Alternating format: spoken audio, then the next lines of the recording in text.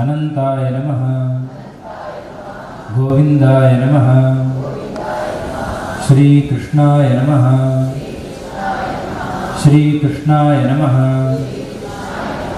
ಶ್ರೀಕೃಷ್ಣಾಯ ನಮಃ. ಶ್ರೀಕೃಷ್ಣಾಯ ನಮಃ. ಒಂದು ಸುಭಾಷಿತ ಈ ರೀತಿಯಾಗಿದೆ. ನ ದೇವಾಹ ದಂಡಮಾದಾಯ ರಕ್ಷಂತಿ ಪಶುಪಾಲವತ್ ಎಂತು ರಕ್ಷಿತುಮಿಚ್ಚಂತಿ ಬುದ್ಧಿಯ ಸಂಯೋಜಯಂತಿ ತಮ್ಮ. ಏನು ಈ ಶ್ಲೋಕ ಏನು ಹೇಳ್ತದೆ ಅಂದರೆ, ನಮಗೆ ಈ ಪಶುಪಾಲಕರು ಗೊತ್ತಿರ್ತಾರೆ, ಅಂದರೆ ಕುರಿ ಮೇಯಿಸುವವರೆಲ್ಲ ಇರ್ತಾರೆ. ಅವರನ್ನು ನಾವು ನೋಡಿರ್ತೇವೆ. ಏನು ಮಾಡ್ತಾರೆ, ಅವರು ಎದುರುಗಡೆ ಕುರಿಗಳೆಲ್ಲ ಹೋಗ್ತಾ ಇರ್ತದೆ, ಹಿಂದುಗಡೆ ಒಂದು ಕೋಲನ್ನು ಹಿಡ್ಕೊಂಡು ಒಂದೊಂದನ್ನೇ ದಾರಿಗೆ ತರ್ತಾ ಇರ್ತಾರೆ, ಮತ್ತು ಅದನ್ನು ಒಂದೇ ರೀತಿ ಹೋಗ್ತಾ ಇರ್ತಾರೆ. ಅಂದರೆ ಹಿಂದುಗಡೆಯಿಂದ ಒಬ್ಬ ಕೋಲು ಹಿಡ್ಕೊಂಡು ಸರಿಯಾಗಿ ದಿಕ್ಕಿನಲ್ಲಿ ಕರ್ಕೊಂಡು ಹೋದರೆ ಅವುಗಳೆಲ್ಲ ಒಂದೇ ರೀತಿ ಹೋಗ್ತವೆ. ದೇವತೆಗಳು ನಮ್ಮನ್ನು ರಕ್ಷಣೆ ಮಾಡುವಾಗ ಈ ರೀತಿ ರಕ್ಷಣೆ ಮಾಡುವುದಿಲ್ಲ ಅಂತ. ದೇವಾಹ ದಂಡಮಾದಾಯ ರಕ್ಷಂತಿ ಪಶುಪಾಲಕರು. ನಮ್ಮನ್ನು ರಕ್ಷಣೆ ಮಾಡುವಾಗ ಇದೇ ರೀತಿ ದಂಡ ಹಿಡ್ಕೊಂಡು ಬಂದು ಹೀಗೆ ಮಾಡಬೇಡ ಹಾಗೆ ಮಾಡಬೇಡ ಅಂತ ಟೀಚರ್ ಶಾಲೆಯಲ್ಲಿ ಹೇಳ್ಕೊಡ್ತಾರಲ್ಲ, ಆ ರೀತಿ ಏನು ಮಾಡೋದಿಲ್ಲ. ಎಂತೂ ರಕ್ಷಿತ ಮಿಚ್ಚಂತಿ, ಯಾರನ್ನು ರಕ್ಷಣೆ ಮಾಡಬೇಕು ಅಂತ ದೇವತೆಗಳು ಬಯಸ್ತಾರೋ ಬುದ್ಧಿಯ ಸಂಯೋಜಯಂತಿ ತಮ್ಮ ಅಂತ ಅವರ ಬುದ್ಧಿಯಲ್ಲಿ ಪ್ರೇರಣೆ ಮಾಡ್ತಾರೆ. ಯಾವುದೋ ಒಂದು ಎಷ್ಟೋ ವರ್ಷಗಳಿಂದ ಕೆಲಸ ಆಗಿರೋದಿಲ್ಲ, ಆದರೆ ಇದ್ದಕ್ಕಿದ್ದಂತೆ ಯಾವತ್ತೋ ಒಂದು ದಿವಸ ನಿಮಗೊಂದು ಆಲೋಚನೆ ಬರ್ತದೆ, ನಮ್ಮನೆ ಹಿಂದುಗಡೆ ಈ ರೀತಿ ಒಂದು ಜಾಗ ಇದೆ, ಹೀಗೆ ಮಾಡುವ ಅಂತ. ಆ ನಂತರ ಎಲ್ಲವೂ ಕೂಡ ಬದಲಾಗ್ತದೆ ನಿಮ್ಮ ಮನೆಯಲ್ಲಿ. ಹಾಗೆ ಎಲ್ಲ ಸಂದರ್ಭಗಳು ಸಾಧಾರಣವಾಗಿ ನೀವು ಪರಿಶೀಲನೆ ಮಾಡಿದರೆ ಎಷ್ಟೋ ದಿನ ನಿಮಗೆ ಅಂತಹ ಉಪಾಯಗಳಲ್ಲಿ ಬೇರೆಯವರಿಗೆ ಸಹಾಯ ಮಾಡಿರ್ಬೋದು, ಏನು ಮಾಡಿರ್ಬೋದು. ನಿಮ್ಮ ಮನೆಯಲ್ಲಿಯೇ ನಿಮಗೆ ಎಷ್ಟೋ ವರ್ಷಗಳ ನಂತರದಲ್ಲಿ ಹೀಗೆ ನಾವೇ ಯಾಕೆ ಮಾಡಬಾರ್ದು ಅಂತ ತೋರಿ ಆ ನಂತರ ಒಳ್ಳೆಯದಾಗೋದು ಅಥವಾ ವಿಶಿಷ್ಟವಾದ ಕೆಲಸಗಳು ನಡೆಯೋದು ಕಾಣಿಸ್ತದೆ. ಅಂದರೆ ಬುದ್ಧಿಯಲ್ಲಿ ಪ್ರೇರಣೆ ಮಾಡ್ತಾರೆ ದೇವತೆಗಳು. ಅದಕ್ಕೊಂದು ಕಾಲ ಪಕ್ವ ಆದಾಗ ದೇವತೆಗಳು ನಮ್ಮ ಭಕ್ತಿಯನ್ನು ನೋಡಿಕೊಂಡು ಆ ಸಮಯದಲ್ಲಿ ಬುದ್ಧಿಯನ್ನು ಪ್ರಚೋದಿಸ್ತಾರೆ ಅಂತ. ಹಾಗಾಗಿ ವಿಶೇಷವಾಗಿ ನಾವು ದೇವತೆಗಳ ಚಿಂತನೆ ಮಾಡ್ತಾ ನಮಗೆ ಒಳ್ಳೆ ಬುದ್ಧಿ ಪ್ರಚೋದನೆ ಮಾಡು ಅಂತ ನಾವು ಕೇಳಬೇಕು. ಒಳ್ಳೆ ಬುದ್ಧಿ ಇದ್ದರೆ ಅದೇ ದೊಡ್ಡ ಸಂಪತ್ತು. ಬೇರೆಲ್ಲ ಸಂಪತ್ತು ಕೂಡ ಅದು ನಮ್ಮ ವಿನಾಶಕ್ಕೂ ಕಾರಣ ಆಗ್ಬೋದು. ಉದಾಹರಣೆಗೆ ನಮ್ಮ ಹತ್ರ ಒಂದು 20 ಕೋಟಿ ಇತ್ತು ಅಂತ ಇಟ್ಕೊಳ್ಳೋದು. ಆದರೆ 20 ಕೋಟಿ ಕೆಲವು ಸರ್ತಿ ಸಂಪತ್ತಾಗ್ಬೋದು, ಕೆಲವು ಸರ್ತಿ ಅದರಿಂದಲೇ ಯಾರಾದರೂ ದರೋಡೆಕೋರರು ಬಂದು ನಮ್ಮನ್ನು ಹೊಡೆಯುವ ಸಾಧ್ಯತೆ ಇದೆ. ಹಾಗಾಗಿ 20 ಕೋಟಿ ನಮ್ಮ ಹತ್ರ ಇರುವಾಗ ಅದು ಸಂಪತ್ತ ವಿಪತ್ತ ಗೊತ್ತಿಲ್ಲ, ಕೆಲವು ಸರ್ತಿ ವಿಪತ್ತು ಆಗಲೂಬಹುದು. ಆದರೆ ಯಾರಿಗೆ ಬುದ್ಧಿ ಸಂಪತ್ತು ಅಂತ ಇರ್ತದೆ, ಜ್ಞಾನ ಸಂಪತ್ತು ಅಂತ ಇರ್ತದೆ, ಅದು ಇದ್ದವನಿಗೆ ದೇವರೇ ಸಿಗ್ತಾರೆ. ಹಾಗಾಗಿ ಒಳ್ಳೆಯ ಜ್ಞಾನ ಸಂಪತ್ತು ಎಂಬುದು ಸಮಾಜದಲ್ಲಿ ಇರಬೇಕು ಅಂತ ಹೇಳಿ ಆಚಾರ್ಯ ಮಧ್ವರ ಆನಂದ ತೀರ್ಥರು ಹೇಳಿದ್ದಾರೆ. ಅದೇ ರೀತಿ ಅವರು ಅವತಾರ ಮಾಡಿ ಜ್ಞಾನವನ್ನು ಕೊಟ್ಟಿದ್ದಾರೆ.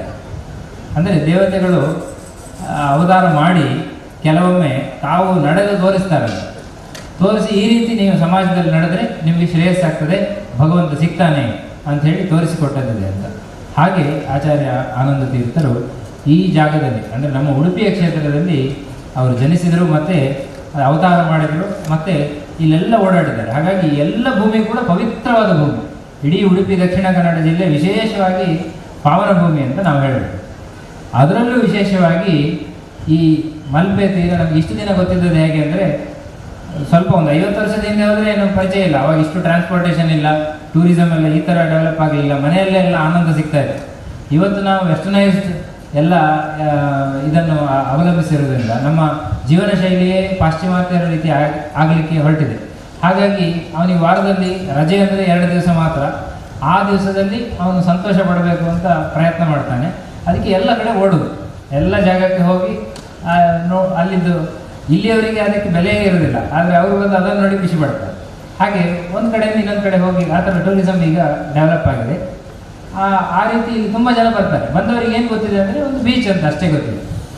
ಆದರೆ ಈ ಜಾಗದಲ್ಲಿ 800 ವರ್ಷಗಳ ಹಿಂದೆ ಇದು ಏನಾಗಿತ್ತು, ಯಾವ ರೀತಿ ಆಚಾರ್ಯರಿಗೆ ಇಲ್ಲಿ ಕೃಷ್ಣ ದೊರಕಿದ್ದಾನೆ, ಈ ಎಲ್ಲ ವಿಷಯಗಳು ಅವರಿಗೆ ಗೊತ್ತಾದಾಗ ಪ್ರಾಯ ಅದು ಒಂದು ಮೋಜಿಗಾಗಿ ಬರುವ ಒಂದು ಟ್ರಿಪ್ ಆಗೋದಕ್ಕಿಂತ ಒಂದು ಸ್ಪಿರಿಚುವಲ್ ಟ್ರಿಪ್ ಆಗಿ ಬದಲಾಗ್ತದೆ.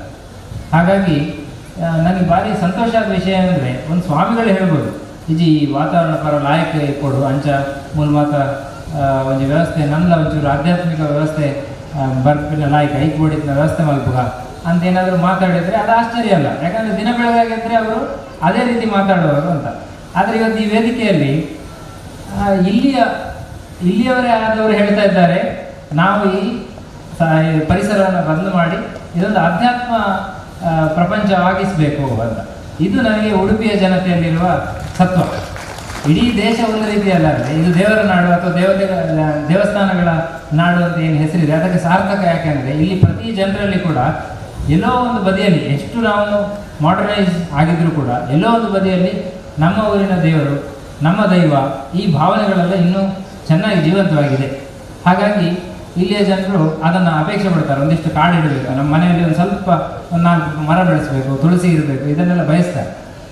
ಹಾಗಾಗಿ ಈ ಜಾಗದಲ್ಲಿ ನಾವು ನಮ್ಮ ಏನು ಒಂದು ಕಲ್ಚರ್ ಇದೆ, ನಮ್ಮ ಒಂದು ಏನು ಸಂಸ್ಕೃತಿ ಇದೆ, ಅದನ್ನು ಇಡೀ ಪ್ರಪಂಚಕ್ಕೆ ಕೊಡಲಿಕ್ಕೆ ಬೇಕಾದ ಒಂದು ತಾಣವನ್ನಾಗಿ ಈ ಆನಂದ ಶರೀರಿ ಆಗಬೇಕು ಅನ್ನೋದು ಎಲ್ಲ ನಮ್ಮ ಹಿರಿಯ ಶ್ರೀಪಾದರ ಇಚ್ಛೆ ಆಗಿದೆ. ನಾವೆಲ್ಲ ಇಲ್ಲಿ ಕಾರಣೀಭೂತರು ಅಷ್ಟೇ, ಎದುರುಗಡೆ ನೋಡ್ಲಿಕ್ಕೊಬ್ರು ಒಂದು ಕಾರಣ ಅಂತ ಕಾಣಿಸ್ತದಷ್ಟೇ. ಆದರೆ ಹಿಂದಿನಿಂದ ವಿದ್ಯಾಸಾಗರ ತೀರ್ಥರಿರ್ಬೋದು, ಕೃಷ್ಣಾಪುರ ಮಠದ ಶ್ರೀಪಾದರು, ಅದೇ ರೀತಿ ವಿಶ್ವಪ್ರಿಯ ತೀರ್ಥರಿರ್ಬೋದು, ವಿದ್ಯಾಧೀಶ ತೀರ್ಥರು, ಬಲಿಮಾನ ಮಠದ ಸ್ವಾಮಿಗಳಿರ್ಬೋದು, ಆನಂತರ ಪೇಜಾವರ ಶ್ರೀಪಾದಗಳು, ಮತ್ತು ಸ್ವದೇಶಿ ಶ್ರೀಪಾದರು, ಇವರೆಲ್ಲರೂ ಕೂಡ ನಾವು ಅವಾಗವಾಗ ಸೇರುವಾಗ ಏನಾದರೂ ಮಾಡಿ ನಾವು ನಮ್ಮ ಜನತೆಗೆ ಒಳ್ಳೆಯ ವಿಷಯಗಳನ್ನು ಕೊಡಬೇಕು.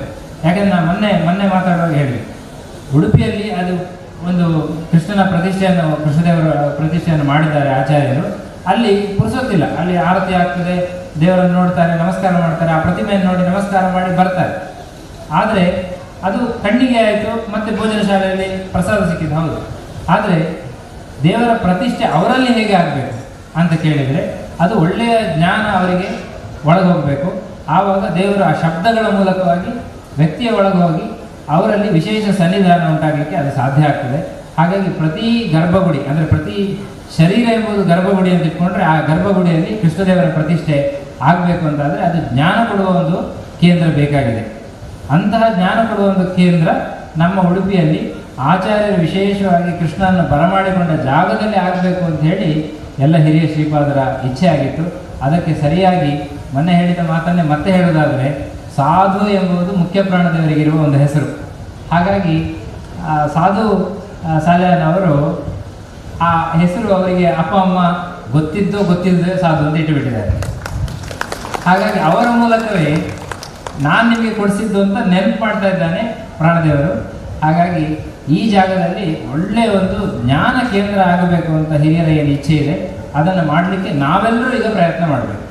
ಶ್ರೀಪಾದರು ಏನು ಆಜ್ಞೆ ಮಾಡಿದ್ದಾರೆ ಅದನ್ನು ನಾವೆಲ್ಲರೂ ಇವತ್ತು ಸೇರಿ ಪ್ರಯತ್ನ ಮಾಡಬೇಕು. ಅದಕ್ಕೆ ಮೊದಲಿಗೆ ನಾವು ದೇವರ ಪ್ರಾರ್ಥನೆ ಮೂಲಕ ನಾವು ಯಾವುದೇ ಕಾರ್ಯಕ್ರಮವನ್ನು ಪ್ರಾರಂಭ ಮಾಡೋದು.